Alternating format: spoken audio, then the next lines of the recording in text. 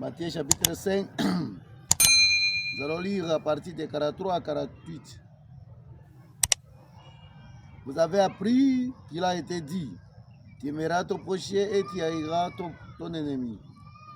Et moi, je vous l'ai dit, aimez vos ennemis et priez pour ceux qui vous persécutent, afin d'être vraiment les fils de votre Père qui est aux cieux.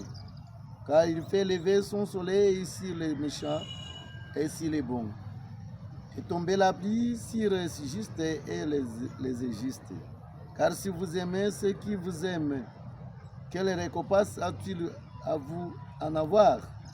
Les collecteurs des ponts et même n'en faut-il pas autant? Et si vous saliez seulement vos frères, que faites-vous d'extraordinaire? Les païens n'en faut-il pas autant? Vous donc, vous serez parfaits comme votre Père céleste est parfait. Acclamons la parole de Dieu. Mes frères et sœurs, partout on se retrouve. La parole de Dieu aujourd'hui s'adresse à tout chacun à comprendre si réellement il est chrétien ou pas, s'il a crié à Jésus-Christ ou bien non. Parce qu'ici aujourd'hui, la première dimension de la parole dit clairement, vous avez appris quelque part. Ça c'est au niveau de l'Ancien Testament, là où dit, vous avez seulement le droit d'aimer avec la personne avec qui vous partagez tout le temps. Mais Jésus ne parle pas de ça. Tu aimeras ton prochain et tu haïras ton ennemi. Maintenant, dans l'Ancien Testament, ton prochain c'est qui? Dans l'Ancien Testament, dans le Nouveau Testament, pardon, dans le Nouveau Testament, les prochains c'est qui? Les prochains, si on dit de l'aimer, c'est-à-dire nous devons aimer les païens. C'est ça les prochains. Les prochains ne sont pas des chrétiens. N'est pas avec qui vous vivez, ça c'est pas votre prochain. Les prochains c'est l'ennemi. Les païens, nous devons l'aimer afin qu'ils reviennent à Jésus-Christ. Ça c'est ce que vous devez retenir aujourd'hui. Alors, Jésus dit clairement dans sa parole là, il dit aujourd'hui, il est bon, car si vous aimez seulement ceux qui vous aiment, lorsque vous aimez seulement la personne qui vous aime, automatiquement il faut savoir que vous n'êtes pas chrétien. Nous devons aimer les gens là qui nous persécutent. Comme Jésus-Christ aujourd'hui, il nous donne la lumière, il nous donne les chemins à suivre. Nous devons suivre Jésus au lieu de suivre d'autres personnes. Et dans la deuxième dimension, vous allez trouver ici,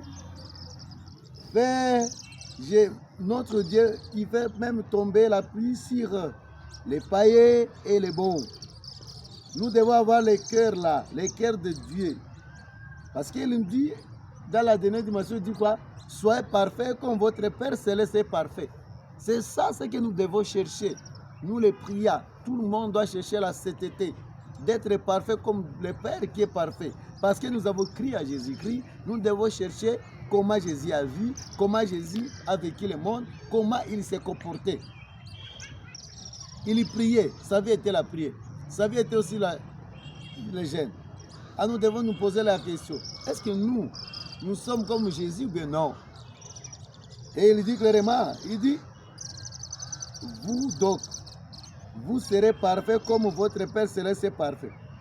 Être parfait n'est pas facile. Si ce n'est pas nous demander une grâce spéciale, c'est-à-dire là, le ciel n'est même pas pour nous. Quelqu'un qui n'est pas parfait doit être chez qui? Tout cela vient de la grâce de Dieu que nous allons implorer à tout le temps si tout est chacun de vous. Alors, nous trouvons les pères, vous dans les hommes, ces enfants et les invitent à se faire quoi? Se considérer les uns les autres comme des frères et sœurs. Ceci est à la base du nouveau royaume établi par Jésus et les seules voies pour établir une justice et une paix véritable. Parce que la paix et la justice véritable viennent seulement de la grâce de Dieu. Pour être juste, c'est seulement la grâce là que Jésus peut te donner pour devenir juste. Sans Jésus-Christ, rien. Vous trouvez aussi dans la troisième dimension, nous trouvons ici prier pour les païens. Nous devons prier pour les gens qui nous persécutent, les gens qui nous tuent, les gens qui sont là pour nous malmener les jours au jour. Pour ces gens-là que nous devons bien prier. C'est ça les proches, c'est ça nos proches. Nous devons prier, gêner même pour ces gens-là, afin qu'ils se convertissent, afin qu'ils croient à la parole de Dieu, pour qu'ils deviennent aussi un jour de vrais chrétiens.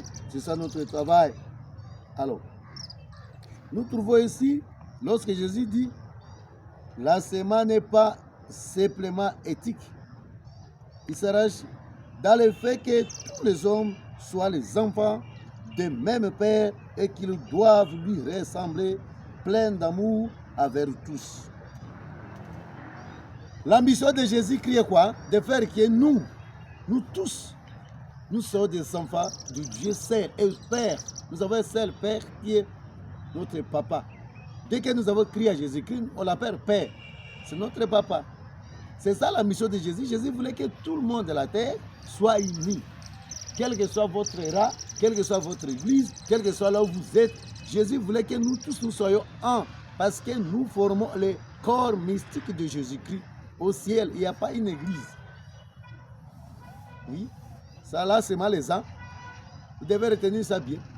Les gens qui doivent aller au ciel, c'est mal les gens qui ont crié à Jésus-Christ, qui cherchent la sainteté au jour, qui marchent selon la parole de Dieu, alors que le Seigneur nous aide alors, qui nous donne un grand cœur de prier pour les gens qui nous font mal là. Prier pour les gens là qui tuent, qui continuent à tuer, qui continuent à parler mal de toi, qui disent des choses qui ne sont même pas dignes à ton nom. Vous devez prier pour ces gens-là.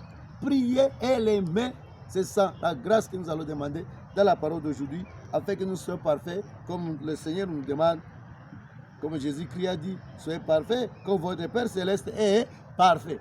Ça, c'est là, le ciel n'est pas pour moi. Là, je peux pas m'appeler chrétien, là, automatiquement, je ne sais pas si je peux m'appeler qui.